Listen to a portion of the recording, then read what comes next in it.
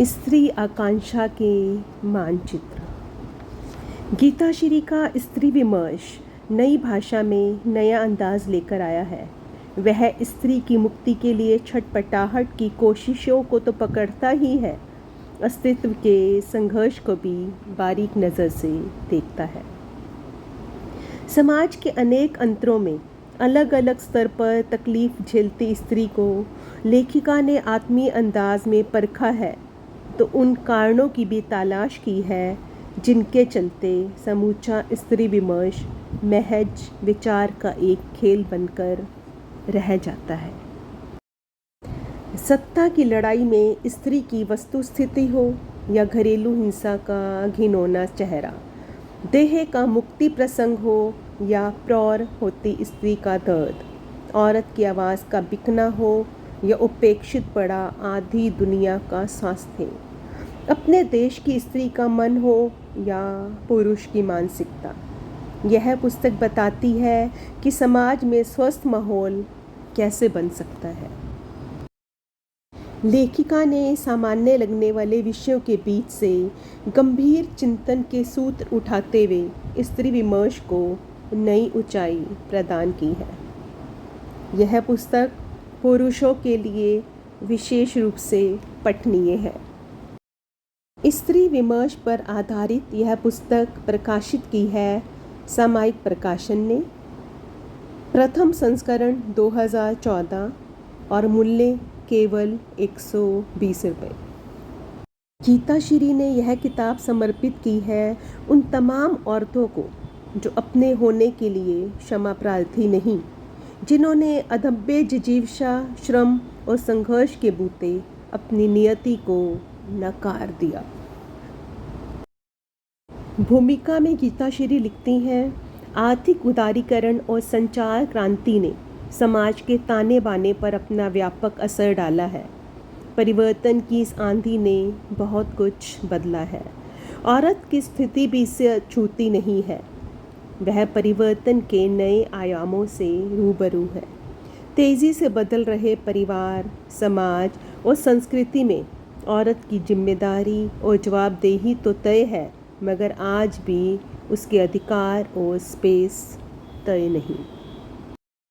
मुक्ति के लिए छटपटाहट लेख में उन्होंने लिखा है, क्षेत्रीय महिला पत्रकारों का दर्द कई स्तरों पर है।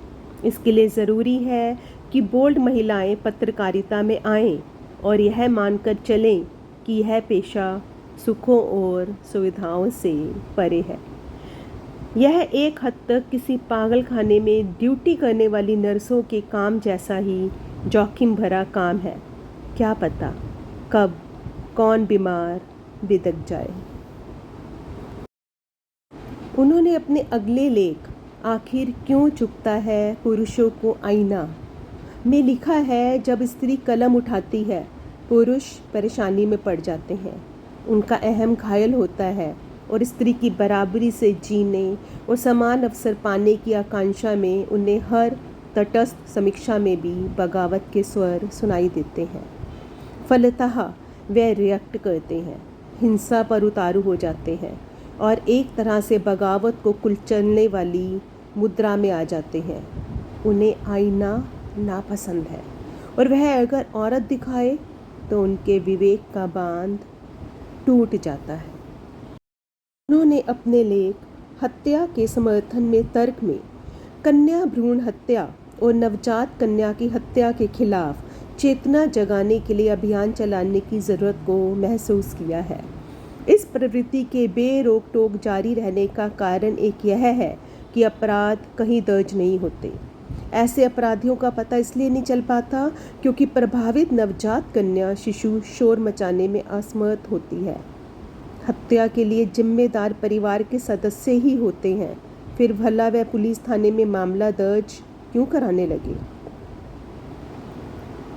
अब यूनिसेफ की मदद से लिंग भेद निर्धारण और कन्या भ्रूण हत्या के खिलाफ छेड़े जाने वाले अभियान में इंडियन मेडिकल एसोसिएशन और मेडिकल काउंसिल ऑफ इंडिया कंधे से कंधा मिलाकर काम कर रहे हैं।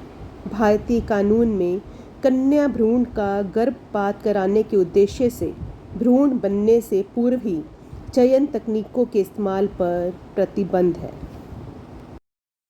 दोषी पाए जाने वाले डॉक्टर दंडित किए जा सकते हैं और उनकी प्रैक्टिस का लाइसेंस भी छीना जा सकता है।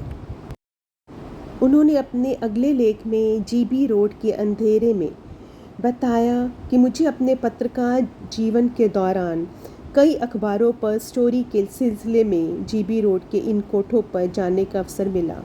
वहाँ जिस्म बेचकर रुपए कमाने वालियों से संवाद भी हुए और कोठों के मालिकों की मनस्थिति समझने के भी मौके हाथ लगे। एक बार बंगाल से आई एक लड़की से मैंने पूछा, तुम यहाँ कैसे आई? शून्य में ताकते हुए उसका जवाब था, माँ बाप मर गए थे, ताऊ थे जो देखभाल करते थे, वही एक दिन यहाँ बेच गए मुझे। ऐसे ही एक बार उन्होंने एक लड़की से जानना चाहा, क्या उसे यहाँ से मुक्ति पाने की आकांक्षा नहीं है? जीवन के 26 बसंत देख चुकी उस लड़की का दो टूक जवाब था, पहले होती थी पर अब नहीं। मैं हतप्रभ रह गई। सोचा, नर्क से मुक्ति की आकांक्षा क्यों नहीं है इसे? मैंने दूसरा सवाल दागा, पर इस बार उसका जवाब मुझे निरुत्तर कर गया। उसने कहा, मैडम जी, अब यहाँ से निकलकर कहाँ जाएंगे? हमारे लिए अब कौन सा ठिकाना बचा है? मैं हिल गई।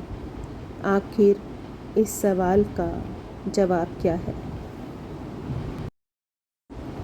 सामान्य वेश्याओं की ज़िंदगी में आप जितना अंदर तक झांकेंगे उतना ही बेपनाह दर्द बिखरा हुआ पाएंगे। वह समाज की ऐसी अछूत कन्याएं हैं जिनके साथ पुरुष संभोग तो करना चाहता है पर रिश्ता नहीं बनाना चाहता। औरत क्या चाहती है?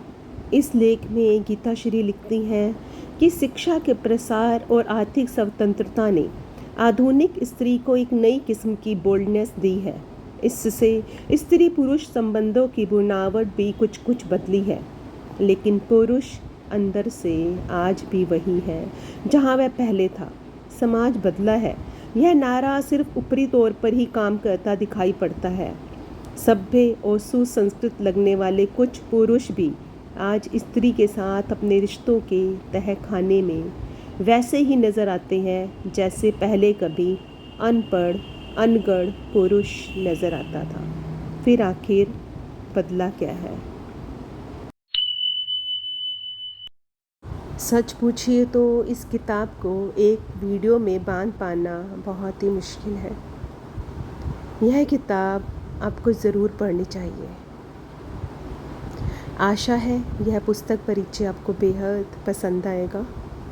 इस वीडियो को लाइक करें और चैनल को सब्सक्राइब करना बिल्कुल भी ना भूलें।